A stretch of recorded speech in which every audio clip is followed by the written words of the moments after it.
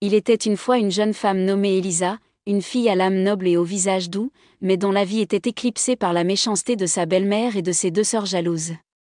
Bien qu'elle les ait servies avec dévotion, ne recevant en retour que mépris et moqueries, Élisa n'a jamais perdu sa gentillesse.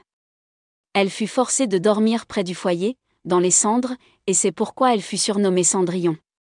Un jour, une rumeur se répandit dans tout le royaume, le roi organisait un grand bal pour trouver une épouse à son fils. Toutes les filles de noble lignée rêvaient d'être choisies, et les demi-sœurs ne faisaient pas exception. Elles commandèrent des robes coûteuses et arrangèrent soigneusement leurs cheveux, tandis que Cendrillon, le cœur plein de désir, osait demander si elle pouvait y aller aussi. La réponse fut un rire méprisant. Après le départ des autres, la fille s'est assise sur le pas de la porte et a commencé à pleurer. Puis, une douce lumière enveloppa la cour, et devant elle apparut une femme vêtue de vêtements brillants, une mystérieuse bienfaitrice. « Ne perds pas espoir, mon enfant, lui dit-elle.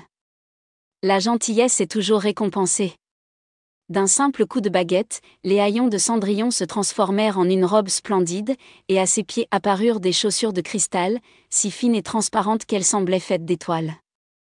Devant la jeune fille se trouvait maintenant une voiture dorée tirée par des chevaux blancs. « Mais souviens-toi, à minuit le charme sera rompu, » lui rappela le bienfaiteur.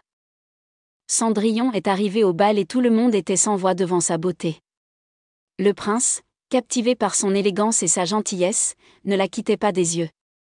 Ils ont dansé pendant des heures, perdus dans la magie du soir, mais lorsque les cloches ont commencé à sonner minuit, la fille s'est souvenue de l'avertissement et a couru vers la sortie. Le prince essaya de l'arrêter, mais tout ce qu'il put faire fut de la regarder perdre une de ses pantoufles de cristal sur les marches. Le lendemain, dans tout le royaume, le prince envoya des messagers pour trouver la jeune femme qui pourrait porter cette chaussure. Beaucoup ont essayé, mais sans succès. Lorsqu'il arriva à la maison d'Élisa, la belle-mère essaya de cacher la fille, mais le prince insista pour que toutes les filles de la maison essaient la chaussure. Lorsque le pied d'Élisa glissa parfaitement dans la pantoufle de cristal, le jeune homme la reconnut immédiatement. Leurs regards se croisèrent, à ce moment-là, ils comprirent tous deux que le destin les avait réunis. Finalement, Cendrillon et le prince se marièrent et régnèrent avec sagesse et bonté.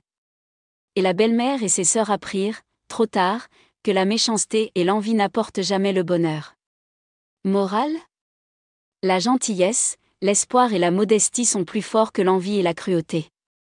Peu importe à quel point la vie devient difficile, la justice et le véritable amour triompheront toujours. Fin.